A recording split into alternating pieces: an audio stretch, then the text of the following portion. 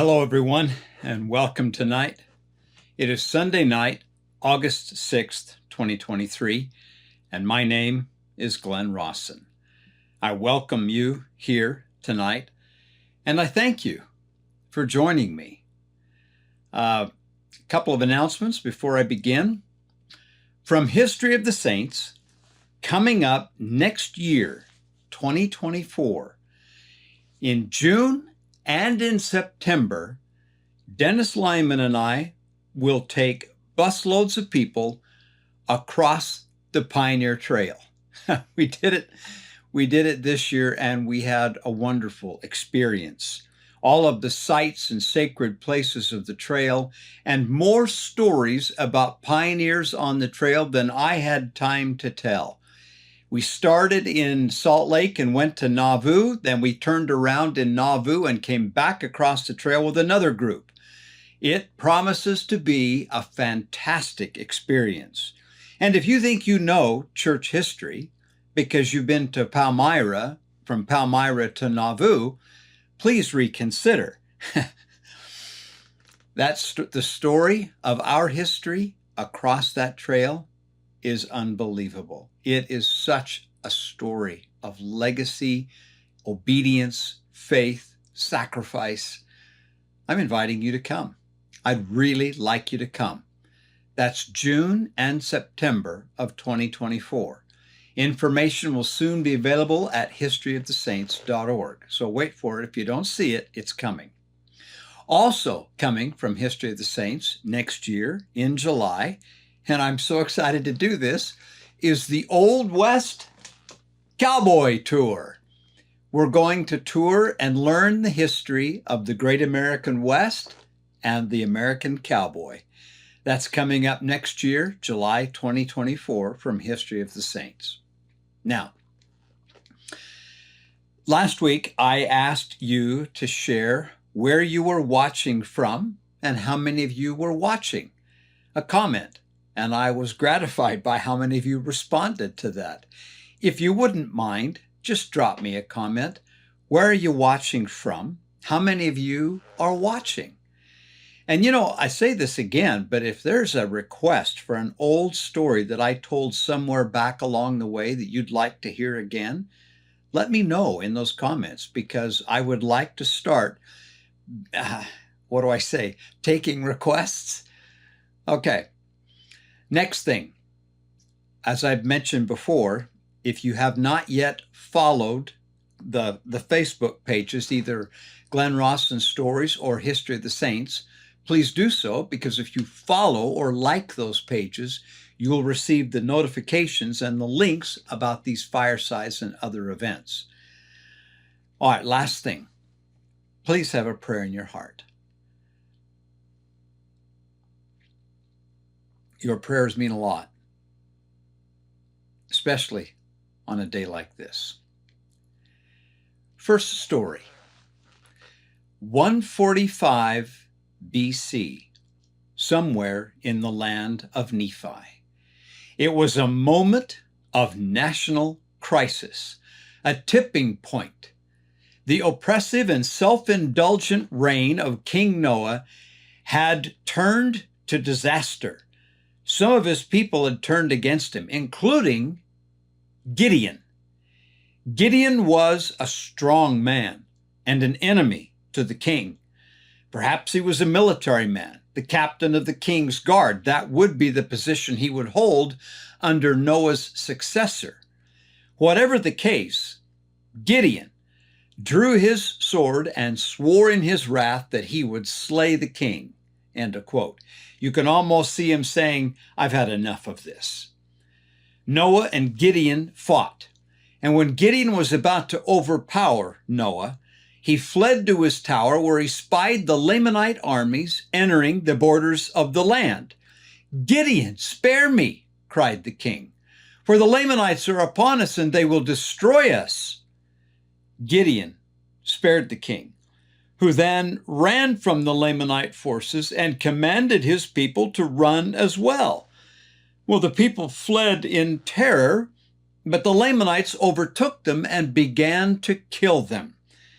Then the king commanded the men to abandon their wives and children and go with him into the wilderness.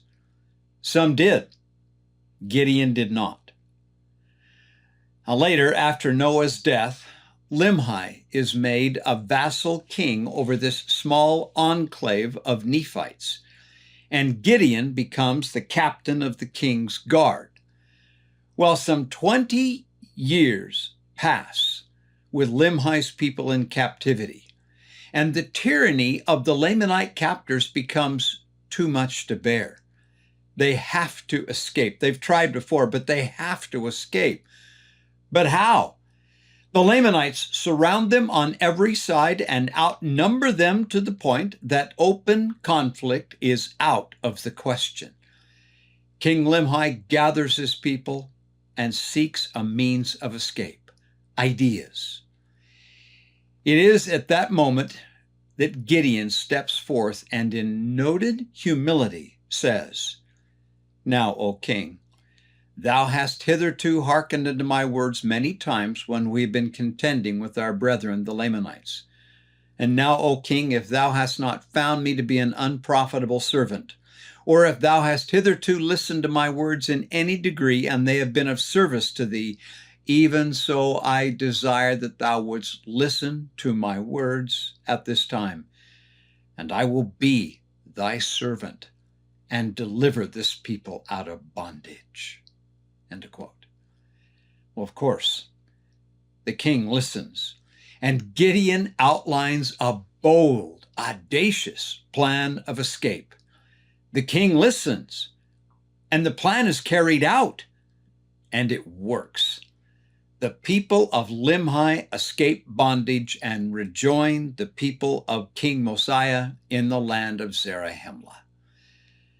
Now, approximately 30 years later, a man named Nehor, noted for his exceptional size and strength, rises up among the Nephites, and he starts his own church.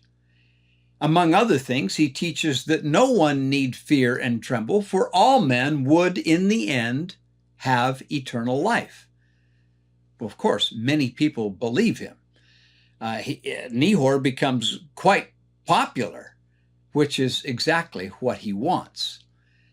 Well, one day, Nehor is on his way to preach to his followers against the Lord's followers when he encounters an old man, and he began to contend with him sharply that he might lead away the people of the church, Nehor, against the old man. But the old man stood his ground, wouldn't back down, admonishing him with the words of God, the Revelations say. And when Nehor couldn't best the old man in debate, he drew his sword and in wrath rained down blows upon the old man. The old man was unable to withstand, and he was slain. That old man was Gideon, probably now between 70 and 80 years of age. I noticed this week while studying the Book of Mormon. Every time we meet Gideon in the Book of Mormon, he is standing between the people and their enemies. And that courageous stance would eventually cost him his life. Gideon was a righteous man, a man who had done much good, an instrument in the hands of God in delivering the people out of bondage. His name, the name Gideon, means great warrior and one who cuts down. And indeed, Gideon was both. The next time you read the Book of Mormon, remember Gideon, the martyr, right there with Abinadi. Next story, a very touching story. And Lynette, thank you for sharing. Lynette is almost 70 years old and lives in Vernon, Utah. November 30th, 2022, about 4:30 in the afternoon, Lynette went down to the corral to feed her horses. Now, one of them came running and at a full trot ran right into her, playfully, sending Lynette sprawling. Well, the horse hit her hard enough that it knocked her boots off. Well, Lynette tried to get up, but the pain was excruciating. Unable to rise, she lay there in the snow. No one was near enough to hear or help her. Her nearest neighbor was a half-mile away. What to do now? It was very cold outside and getting dark. Lynette began to whisper a prayer. Interestingly, the horse that had injured her came over and, as if in sorrow and regret, stood by her, stood over her, and would not leave her. There in the fading light and the frigid cold, Lynette prayed and yelled for help. She said she felt a heavenly presence surround her and hold her head up out of the snow. She felt them familiar, family members, friends just beyond the veil, angels. They kept her alive. Then Lynette happened to notice out of the corner of her eye her neighbors going down to do chores, again, a half-mile away. She yelled even louder, but they didn't hear her. So she yelled louder still. And by some miracle, that neighbor, a half-mile away, heard her and came to investigate. The moment the rescuers came, Lynette said, the heavenly presence, the angels, were gone, and Lynette collapsed into the snow. First responders were called and came and found her core temperature so low that it was a miracle she was still alive.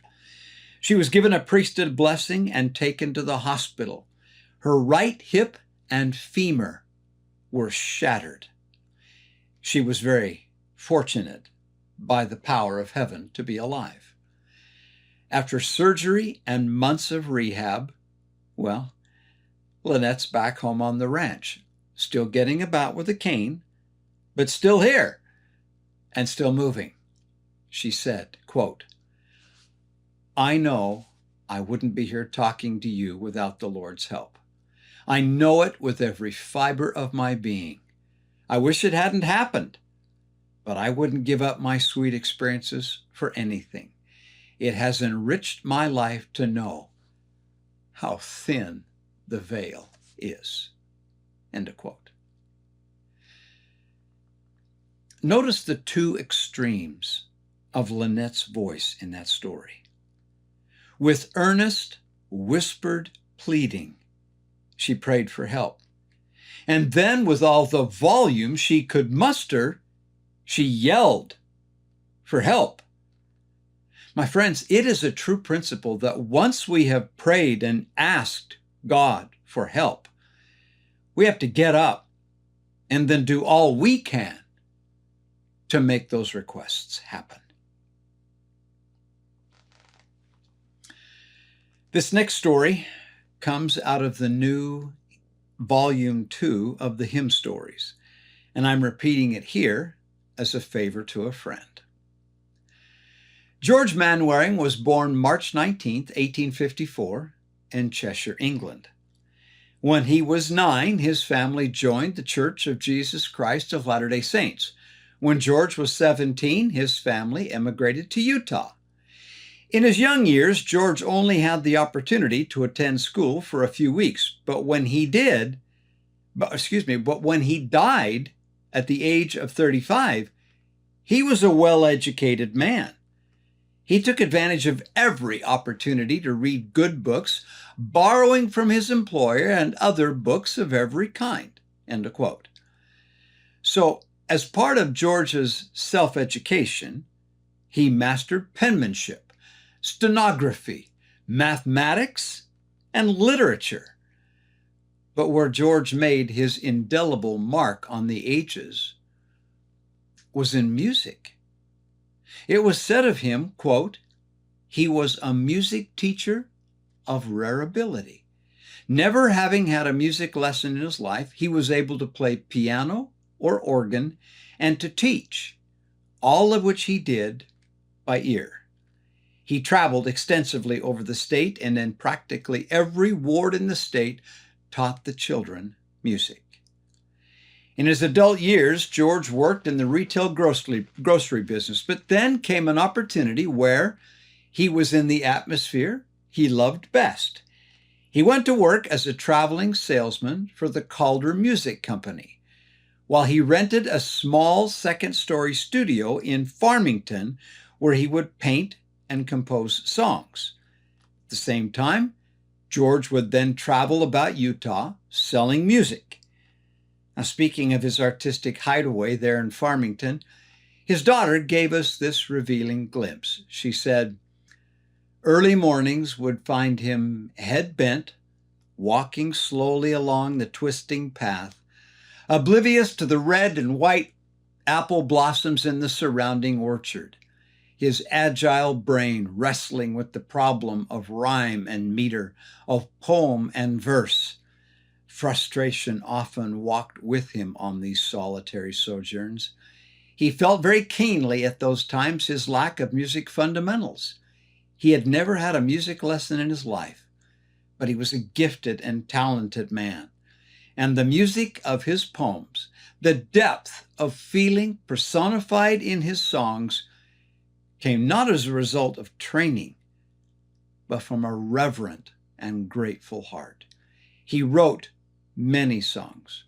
Scarcely a Sunday passed that one or more of his compositions was not sung in church." End of quote. Well, according to family records, it was while George was traveling in Ephraim, Utah in 1878 that he was the house guest of C.C.A. Christensen, the renowned pioneer artist. Christensen invited George into his studio and showed him his work titled The Vision. It was a representation of Joseph Smith's first vision. It made such an impression on George that he wrote the words and music to a hymn we still sing today. We know it as Joseph Smith's first prayer. George Manwaring wrote that sacred hymn when he was only 24 years old. In March 1889, George Manwaring was convicted and imprisoned on a charge of unlawful cohabitation, polygamy, where he would serve 4 months in the penitentiary. He was released June 12th, 1889. And then, just 25 days later, on July 7th, 1889, George Manwaring died of pneumonia, only 35 years old. Gone in the prime of life, but not forgotten. In addition to Joseph Smith's first prayer, we also sing these others of George's hymns. Lord, we ask thee ere we part, sing we now at parting, 'tis sweet to sing the matchless love, and we meet again in Sabbath school. George Manwaring may not have had what the world calls education, but verily, he did know that which was most important, the things of the Spirit. Let's take a break. How are you? Are you well?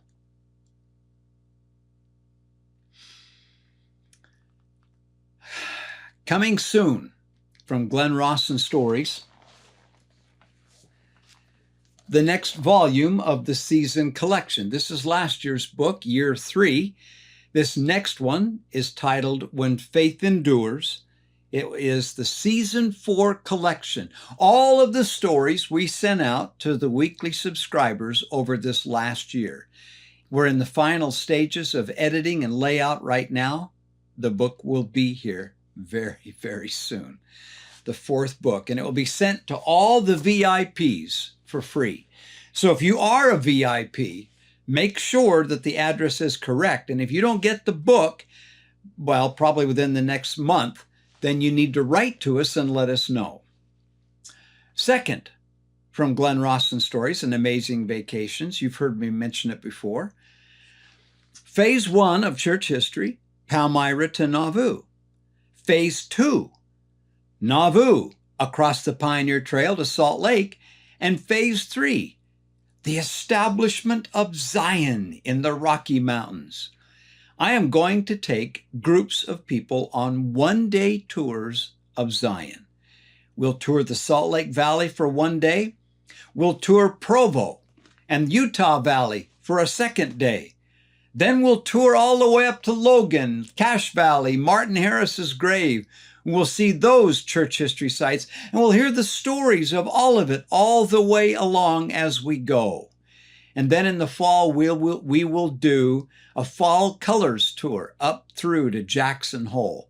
There's a lot more coming. If you're interested in any of these one-day tours, quick, very inexpensive, go to glennrawsonstories.com. By the way, the last time I did this in Salt Lake, we had a blast. Those tours are coming the end of September. Okay.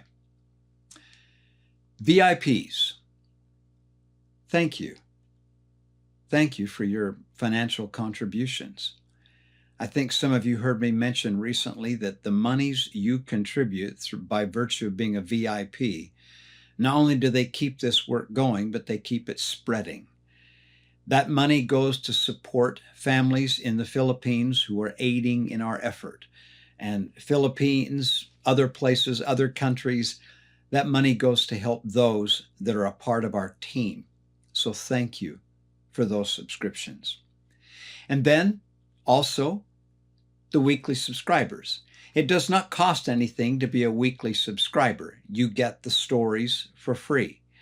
But those of you that are weekly subscribers, close to 20,000 of you, thank you. I appreciate that. And please feel free to send it out to other people. Please refer a friend. Also, I might mention this. If you have any stories, and I get one or two a week, but if there are fantastic, wonderful, inspiring stories that have happened to you or to an ancestor, please send them to me. Send them to support@glennrawsonstories.com. Again, that's support@glennrawsonstories.com. Thank you for sharing. In January 1853, some 400 members of the Church of Jesus Christ of Latter-day Saints were sailing from England to Zion. At one point in the Caribbean, the sailing ship, was calmed due to a lack of wind. Well, to ease the boredom of being becalmed, the saints gathered on the quarterdeck for a dance.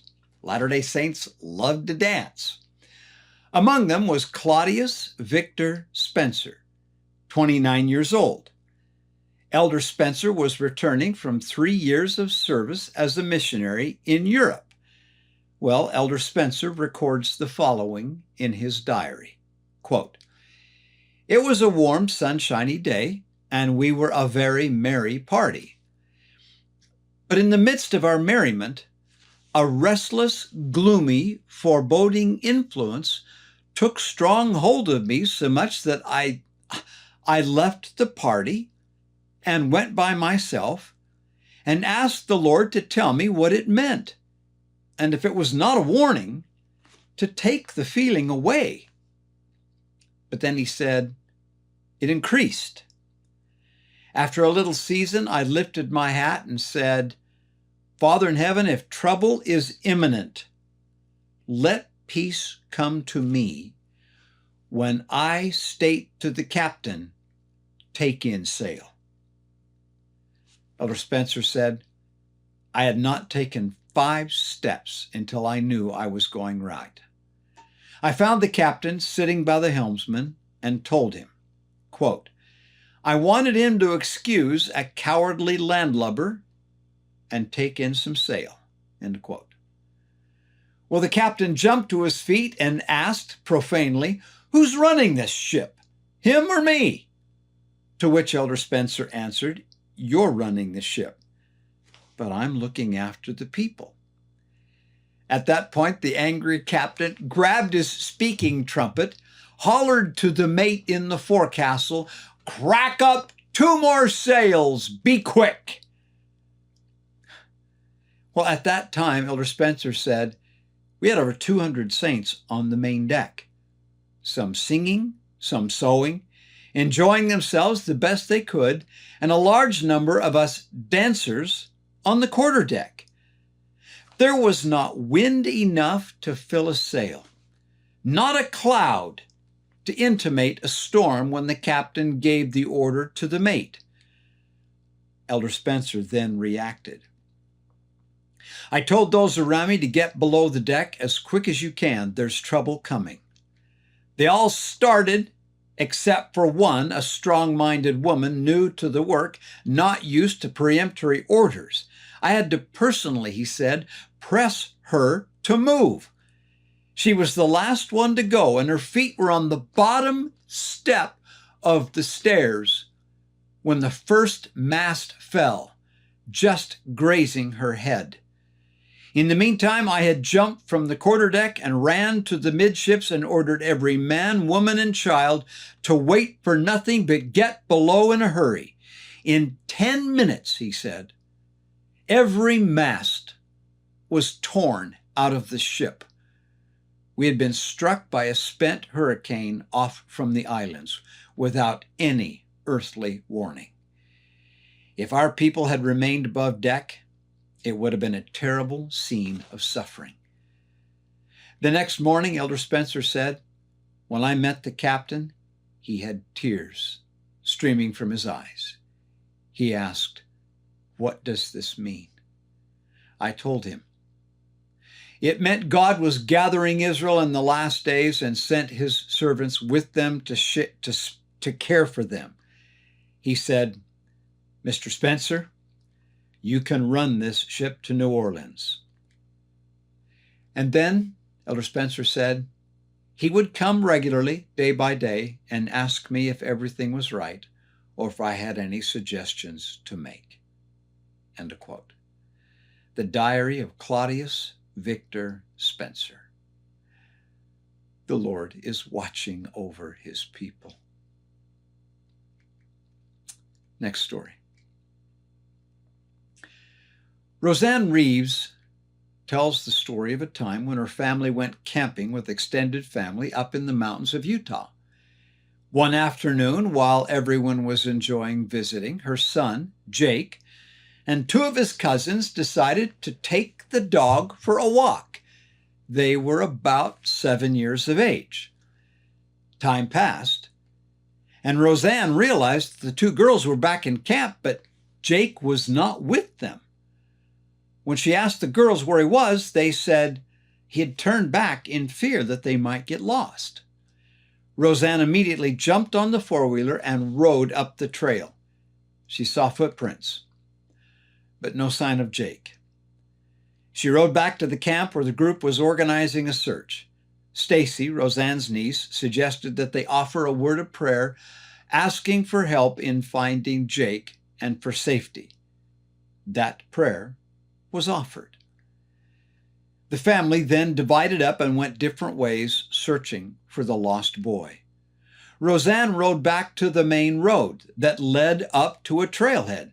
Something inside her told her to go up that road, but she said to herself, he wouldn't have walked up there. Nevertheless, she listened and against her own judgment went up the main road. She found a bunch of people there and Jake drinking from a juice box.